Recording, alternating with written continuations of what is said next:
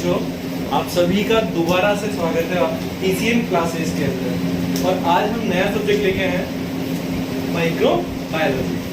अब माइक्रोबायोलॉजी का अपन इंट्रोडक्शन देखेंगे आज स्टार्टिंग में कि भाई माइक्रोबायोलॉजी के अपन धीरे धीरे सब जितने भी टॉपिक है माइक्रोबायोलॉजी के अंदर वो सारे कवर करते चलेंगे धीरे धीरे। पहले अपन स्टार्ट करते हैं इंट्रोडक्शन ऑफ माइक्रोबायोलॉजी से, ठीक है। अपने सामने लिखा हुआ है माइक्रोबायोलॉजी। अगर आप लोगों को कोई वर्ड का मतलब समझ में नहीं आता है तो आप लोगों को करना क्या है, डिवाइड एंड रूल। क्या करना है, डिवाइड एंड रूल। सबसे बढ़िया तरीका है, बड़ा वर्ड है माइक्रो प्लस बायोलॉजी या फिर micro plus bio plus logy, ठीक है। 3 वर्ड में अपन इसको डिवाइड कर सकते हैं, ठीक है। तो जैसे अंग्रेजों ने राज किया था ना, फूट डालो राज करो, वैसे ही अपन किसी भी बड़े वर्ड को समझने के लिए क्या करेंगे, उसको डिवाइड एंड रूल करेंगे, ठीक है। माइक्रो का मतलब क्या होता है अपने यहाँ पे, माइक्रो का मतलब होता है माइक्रो ऑर्गेनिज्म। माइक्रो का मतलब क्या होता है, माइक्रो ऑर्गेनिज्म। और यहाँ पे बायो का मतलब क्या होता है, बायो का मतलब क्या होता है,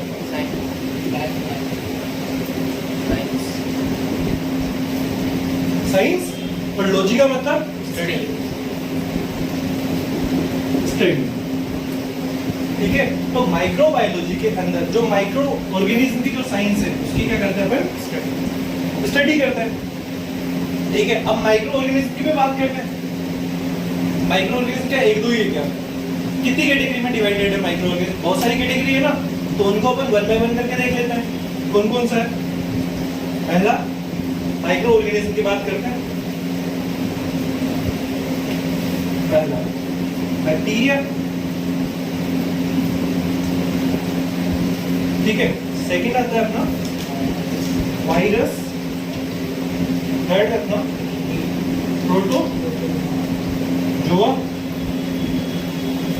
फोर्थ आता है अपना हेल्मिन्थीज, और इसके अलावा फंगस,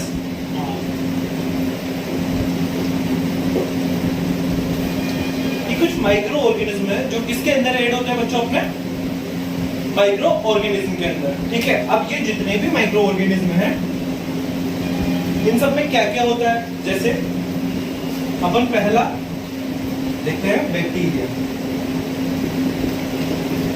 सबसे पहला क्या है अपना बैक्टीरिया। तो अपन बैक्टीरिया के अंदर पढ़ेंगे क्या, ये चीज सबके दिमाग में चलती है। तो अपन ने जितने भी यहाँ पे माइक्रो ऑर्गेनिज्म लिखे step wise, bacteria, virus, protozoa, helminthes, fungus, ठीक है। अब इसके अंदर अपन देखते हैं बैक्टीरिया पहला। अब बैक्टीरिया के अंदर अपन क्या क्या देख सकते हैं, आप बता सकते हो मुझे। जैसे ह्यूमन की नॉर्मल सेल होती है, सेल ऑफ ह्यूमन बॉडी,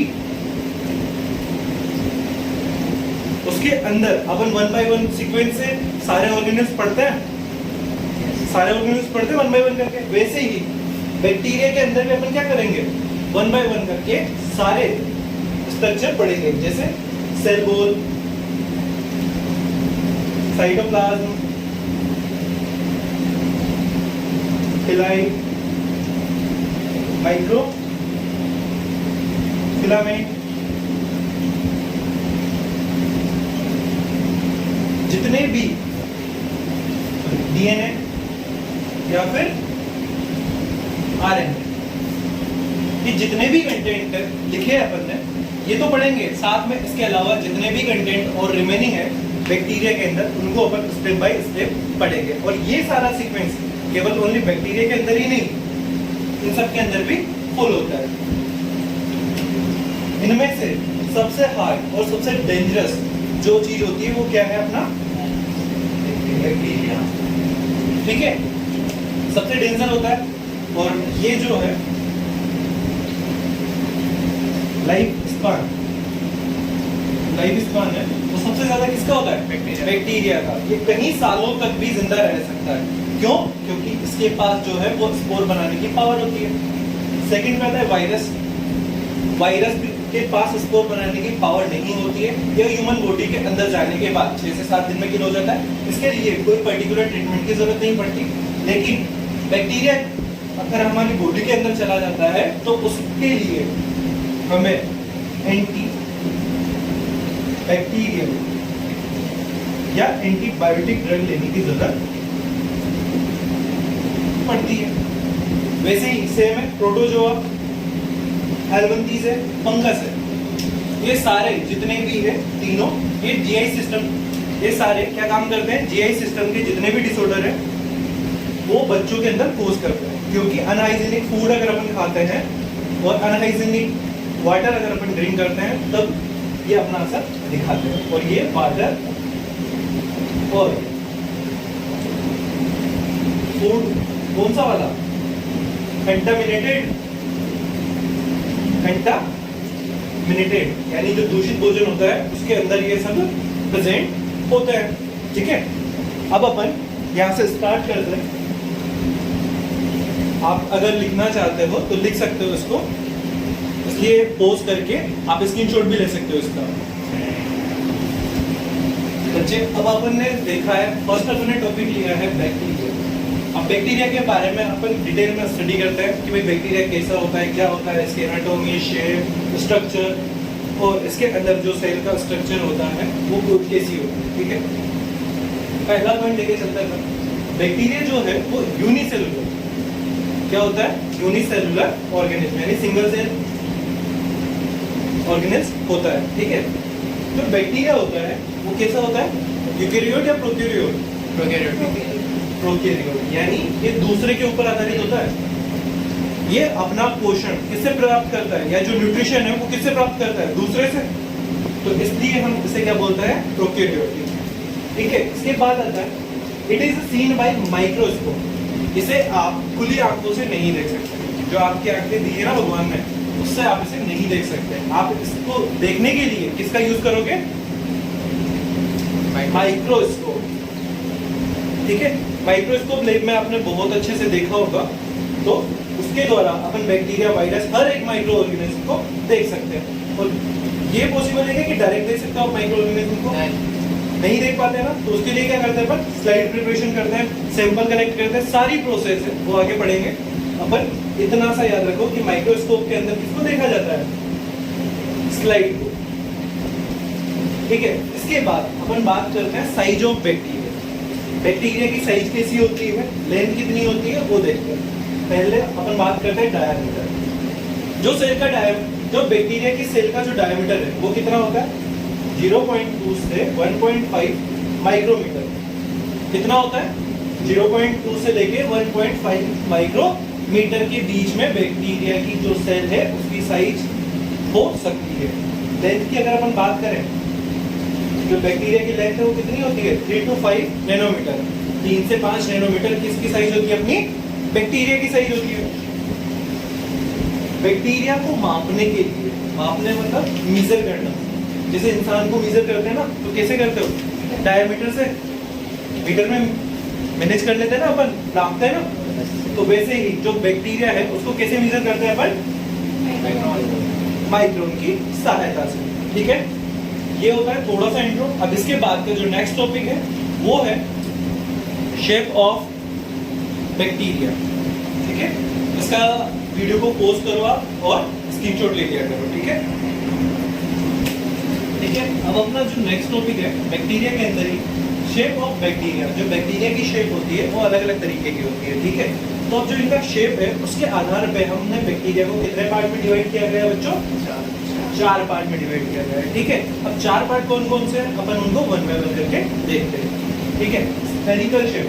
अगर बैक्टीरिया की शेप जो है वो कैसी दिखाई देगी, स्फेरिकल यानी गोल दिखाई देगी, तो उसे हम क्या बोलते हैं, कोकाई। ठीक है, स्फेरिकल शेप बैक्टीरिया को अपन ने क्या नाम दिया है, कोकाई। सेकेंड आता है अपना वो बैक्टीरिया जो कैसे होता है, रोड शेप, उन्हें क्या बोला है अपन ने, बेसिलाई। जैसी शेप वैसा नाम। तो अगर रोड शेप है, रोड किसी जानते ही हो, ऐसे घर में सबके पास क्या होगी, रोड होगी। तो रोड शेप के जो बैक्टीरिया होते हैं उन्हें क्या बोलते हैं अपन, बेसिलाई। अगर कोमा शेप के बैक्टीरिया हमें देखने को मिलते हैं तो उन्हें हम क्या बोलते हैं, विब्रियो। कोमा शेप के जो बैक्टीरिया है उसे हमने नाम दिया है विब्रियो। ठीक है, इसके बाद आता है अपना 4 स्फेरिकल शेप। स्फेरिकल यानी स्प्रिंग के आकार के अगर बैक्टीरिया की शेप है तो उसे हम क्या बोलते हैं? स्पाइर्यूलम। क्या बोलते हैं अपन? स्पाइर्यूलम। ठीक है, अपन ने क्या टॉपिक डाला है आज? Shape of bacteria. बैक्टीरिया के शेप के आधार पे कितने type? 4, spherical shape, rod shape, coma shape और स्फेरिकल शेप। ठीक है, जो स्फेरिकल शेप होता है वो कैसे होता है? स्पाइरुलम।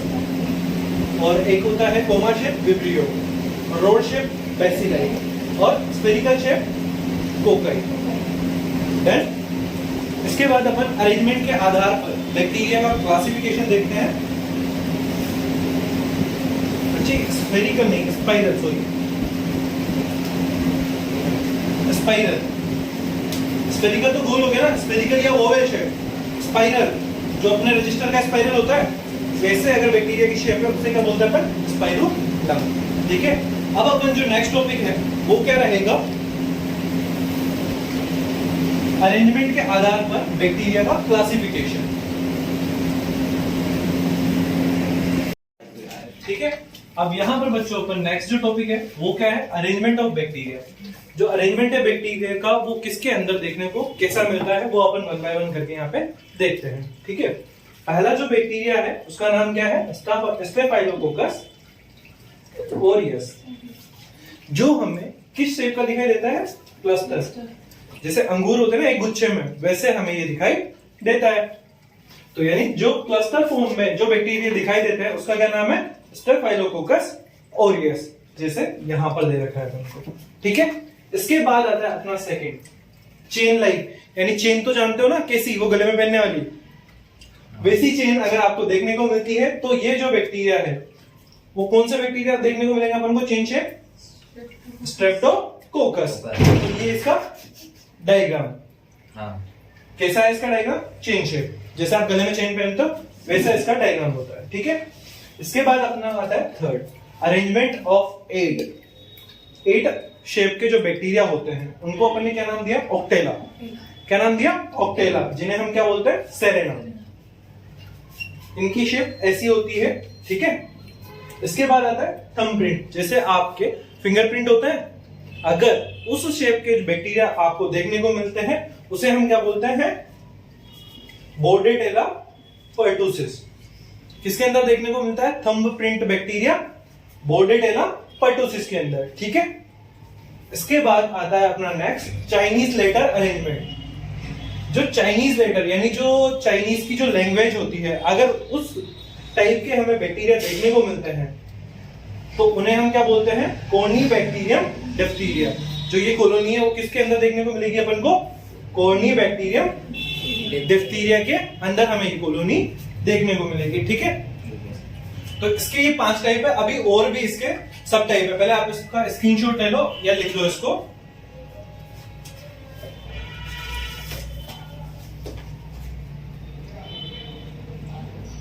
ठीक है, इसके बाद आता है अपना नेक्स्ट 6 नंबर का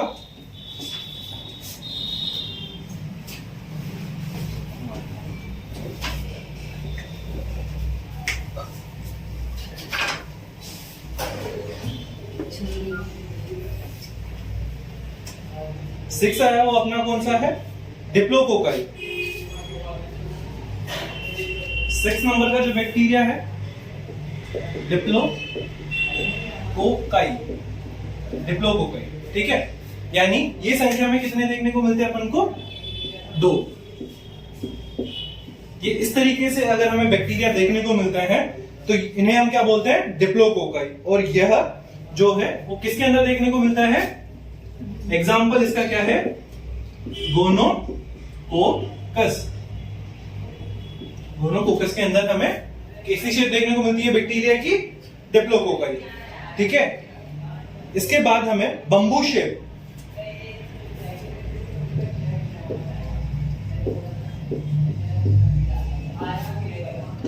इसके बाद हमें अगर बैम्बू शेप बैक्टीरिया की कॉलोनी देखने को मिलती है जैसे ये, तो ये हमें किसके अंदर देखने को मिलता है? बैसिलरी एंथ्रेक्स के अंदर। ये जो कॉलोनी है वो हमें किसके अंदर देखने को मिलती है?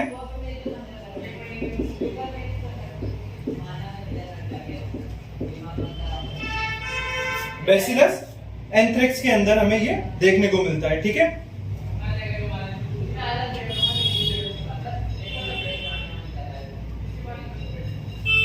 इसके बाद हमारा जो लास्ट बैक्टीरिया है वो कौन सा है?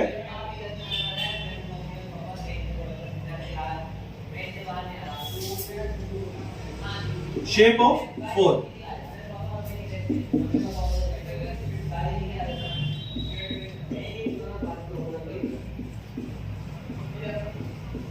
यानी जो बैक्टीरिया 4 के ग्रुप में पाया जाता है उसे क्या बोलते हैं? Shape of 4। ठीक है, इसका जो एग्जाम्पल है वो क्या है? मेनिंजियोकोकल। मेनिंजियोकोकल। ठीक है, अपना जो पहला बैक्टीरिया है इसके अंदर डिप्लोकोकाई। डिप्लोकोकाई यानी 2। अगर 2 पेयर में अगर कोई बैक्टीरिया पाया जाता है वो किसके अंदर देखने को मिलता है अपन को? गोनोकोकस के अंदर। इसके बाद बेम्बू शेप, जो बेम्बू होता है बांस, देखा होगा आप लोगों ने, अधिकतर विलेज से बिलोंग करते हैं तो सबने बेम्बू हमेशा देखा होगा, वीडियो में आते भी रहते हैं बेम्बू कैसे होते हैं। तो अगर उस शेप का बैक्टीरिया है तो वो किसके अंदर आता है? बैसिलस एंथ्रेक्स के अंदर। ठीक है, शेप ऑफ 4। अगर बैक्टीरिया जो है 4 के ग्रुप में पाए जाते हैं तो वो कौन से बैक्टीरिया होते हैं? मेनिंजियोकोकल बैक्टीरिया होते हैं। ठीक है, इसी के साथ जो अरेंजमेंट है बैक्टीरिया का वो खत्म होता है।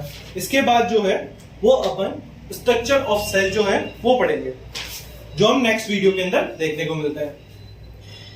इसी के साथ अगर आपको वीडियो में कोई भी कमी लगे तो वो कमेंट करके बता सकता है। ठीक है, thank you all of you.